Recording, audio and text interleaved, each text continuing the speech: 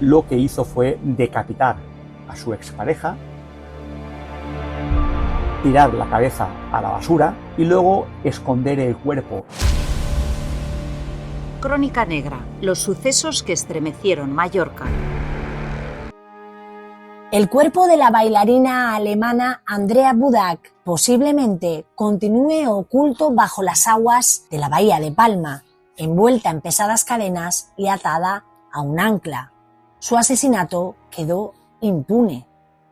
Javier Jiménez, ¿cómo estás? Hola Alba, ¿cómo estás? Menudo caso me traes hoy. Sí, es un tema tremendo, que además confluyen este crimen que ahora hablaremos y luego un triple crimen también tremendo y salvaje que ocurrió en la playa de Palma, en Saranyasa, y que es el crimen del Bierkoning, que estaba relacionado indirectamente con el crimen de la bailarina. De hecho, podríamos decir que este caso, el de Andrea Budak, de 1997, empieza con la investigación sobre este caso del Bierkoning que me comenta, sobre el triple crimen de Saranyasa. Exacto, ese fue un caso sonadísimo en Mallorca, porque el fallecido, que era un empresario alemán llamado Manfred Meisel, era el dueño del Bierkoning, que era y es todavía uno de los grandes negocios de Mallorca. Facturan unas cantidades enormes de dinero, ¿no? Fue asesinado en su casa junto con la niñera y con su hijo. Fue un triple crimen muy salvaje.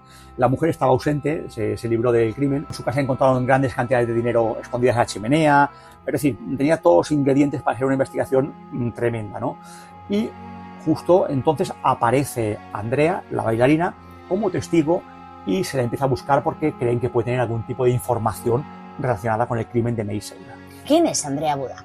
Bueno, entonces en el 97 tenía 30 años, residía en Palmanova, era una mujer muy bella, todos la describen como una mujer espectacular, una bailarina muy profesional. Tenía una vida complicada porque tenía un compañero que era un poco violento, tenían una mala convivencia, habían tenido un hijo común. Luego el compañero se separó de ella y se juntó con una española llamada Paloma.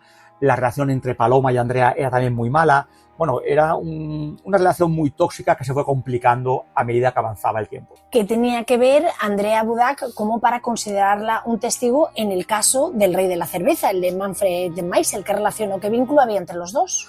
Bueno, ella también era alemana, como Meisel, ¿no? Se ve que conocía, el entorno era el mismo de ambos, ¿no? Y tenían amigos en común. Y, bueno, una de las pesquisas policiales pasaba por interrogar a todos los testigos cercanos a Meisel, ¿no? En ese caso, Andrea no era una testigo principal, pero sí era importante. Y fue entonces cuando vieron que, bueno, estaba desaparecida. Y eso llamó la atención porque, claro, ha habido un triple crimen y luego una testigo potencial no aparece, pues claro, es un tema inquietante, ¿no? La Policía Nacional, que llevaba el tema de Meisel en Saranyasa, pues se puso a investigar conjuntamente con la Guardia Civil, porque ella vivía en Palmanova, que es una demarcación de la Guardia Civil. Por lo tanto, fue una investigación conjunta y comenzaron a buscarla porque no aparecía por ningún lado. Estamos hablando además del núcleo por excelencia del turismo alemán, que es la playa de Palma. Ese ambiente, ese alrededor, también tenía que ver, también tenía peso todo aquel ambiente y todo lo que ocurría en Mallorca, en esa zona, en aquel momento. Estamos en los inicios de los 2000, ¿no? Sí, era, bueno, una zona pues de gran bullicio nocturno, ¿no? Punta Ballena, que era un poco la reina de la época, ¿no? En Magaluf. Y también el Arenal, la playa de Palma, eran las zonas donde había más marcha y donde se acumulaban más turistas, ¿no? Ella trabajaba en Calviá, en Magaluf, en Palmanova, y también en Playa de Palma. Era, bueno, tenía un par de contactos, un par de bares y se movía.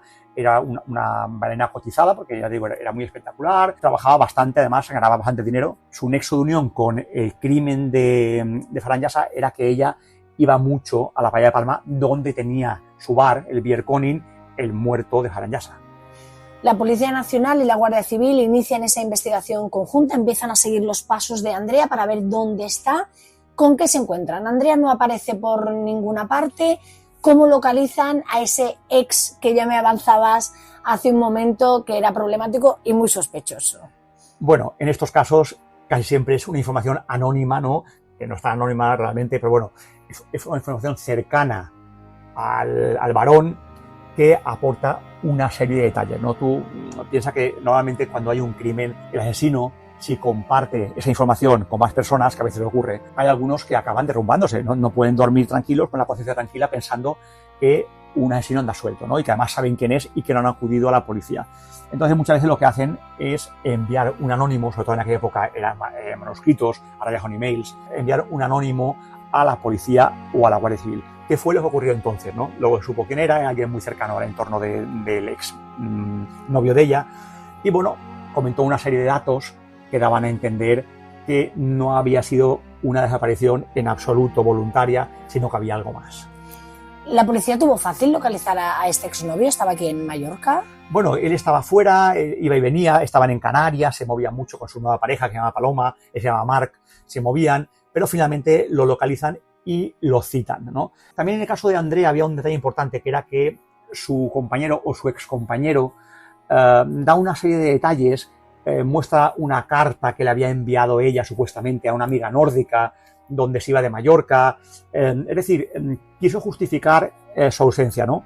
Pero se ve que cometió algún tipo de error o algún tipo de fallo, y en estos casos la policía pues normalmente son muy diligentes, ¿no?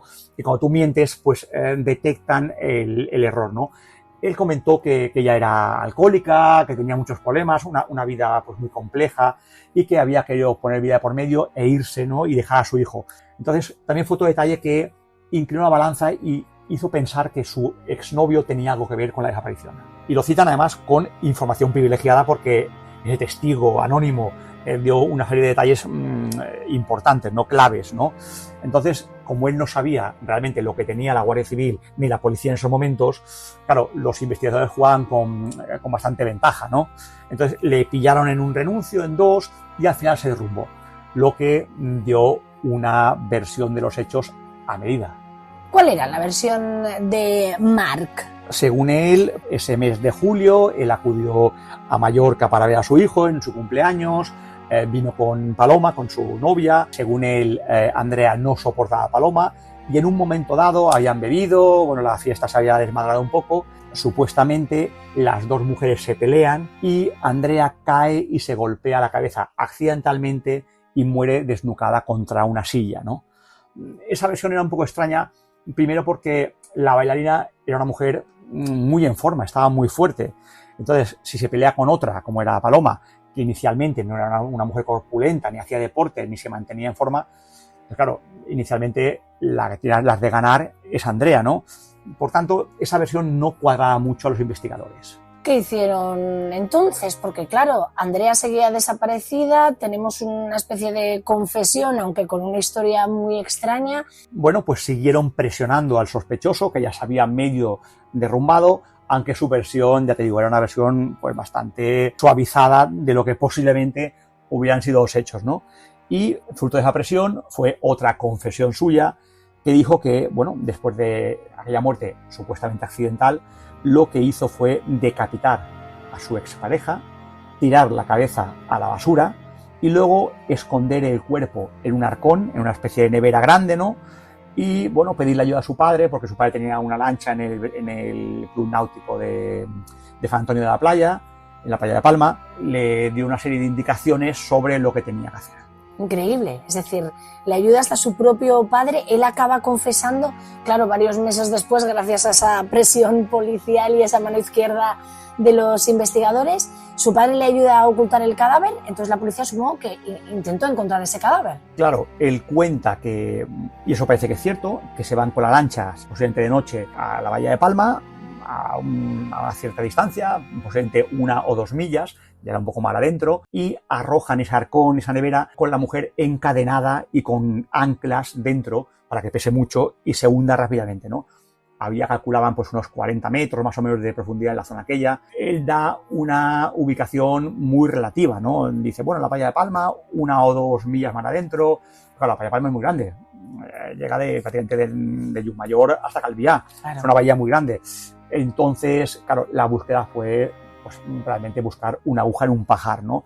Los agentes, efectivamente, en este caso la Guardia Civil, porque es la encargada de buscar en el mar, pues intentó ubicar exactamente el lugar donde habían arrojado el arcón, utilizar a submarinistas de los GEAS, pero era prácticamente imposible porque, fíjate, habían pasado muchos años, la posidonia, las algas, pues al final cubren todo lo que cae de la superficie, y además que no sabían exactamente dónde buscar, con lo cual pues fue una búsqueda condenada al fracaso.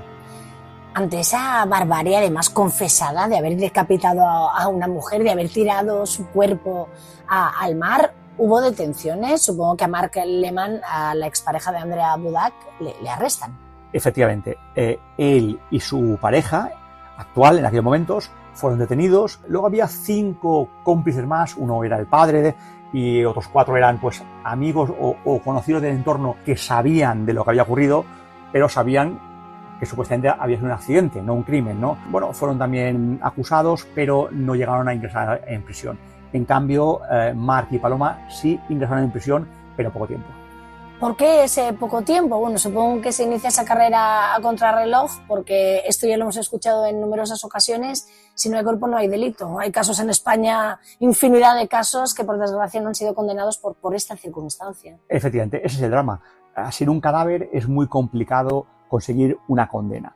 Y en este caso, pues claro, el tiempo había pasado, el hombre mantenía que había sido un accidente y que le había decapitado post-mortem, con lo cual los delitos pues se diluían y finalmente no se pudo mantener en prisión, quedado en libertad, y fue un caso que realmente para la policía y para la Guardia Civil es un puñal clavado que tienen, porque sabían qué había ocurrido, sabían quiénes eran los culpables, pero no se pudo demostrar que había sido decapitada durante un crimen, pues porque no había cuerpo. Eso te iba a preguntar. ¿La Policía Nacional y la Guardia Civil estaban convencidos o casi convencidos de que habían sido ellos, de que había sido él? Sí, porque además contaban con su confesión, ¿no? No había duda.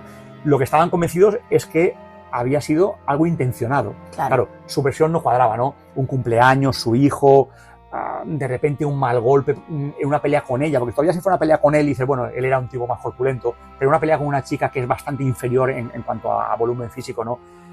Y ella estaba muy en forma, Andrea. Además intentó como desprestigiarla un poco, ¿no? Que su sí, imagen que como madre, como joven, ¿no? Efectivamente, cuando en realidad no era así, parece que era una chica pues bastante más brillante de lo que contaba él, ¿no? Pero bueno, todo lo que contaba él pues era muy sospechoso, ¿no? Dibujó a una mujer pues con amantes, dada la bebida, mala madre, que por lo visto no lo era, pero él quiso intentar colarlo. Es decir, una serie de cosas que llevaron a los investigadores a creer que realmente esa noche lo que ocurrió es que hubo una pelea, como tenían muchas, y la mató, posiblemente a golpes. Y luego sí que intentó deshacerse del cuerpo lanzándolo al mar. Eso sí que es verídico, pero no porque fue un accidente. Cómo me impresiona pensar que hoy en día, en este 2026, cualquier persona podría encontrar ese arcón o ese cuerpo envuelto en cadenas aquí, en la Bahía de Palma. Hoy sería muchísimo más sencillo encontrar ese arcón. Claro, han pasado 20 y pico de años, es complicadísimo, quizás abierto, no se sabe, ¿no? También quizás algún día aparezca, no se sabe. Eso sí, el año que viene, como tú decías, se cumplen ya 30 años de este terrible crimen, vamos a llamarlo crimen, porque aunque se vendiera esa versión accidental, con la información que tenemos por parte de la investigación, podemos llamarlo el crimen de Andrea Budak. Prescribió. Javier, claro, son 20 años, ¿no? Sí, ha prescrito y bueno, es un tema que ya pues policialmente nunca quedará resuelto, ¿no? Es un drama porque, claro, se invirtió muchos meses de pesquisas, de seguimientos, fue una investigación muy seria y además llegaron hasta la confesión de él, con lo cual tiene mucho mérito. Claro, lo tenían todo. Claro, el problema es que no apareció el cadáver, ¿no? Si llega a aparecer el cadáver, con una autopsia muy fina, quizá se hubiese descubierto que la habían matado a golpes, que tenía fracturas anteriores a su muerte, pero claro, sin cuerpo no había nada que hacer. Quedó impune. ¿Qué le vamos a hacer? Sí, y además no es el único cuerpo descuartizado o víctima de un crimen que está o bien en la Bahía de Palma o en la costa mallorquina. Somos la isla de la crónica negra. Así es. Muchas gracias, Javier. Un placer, Alba, muchas gracias.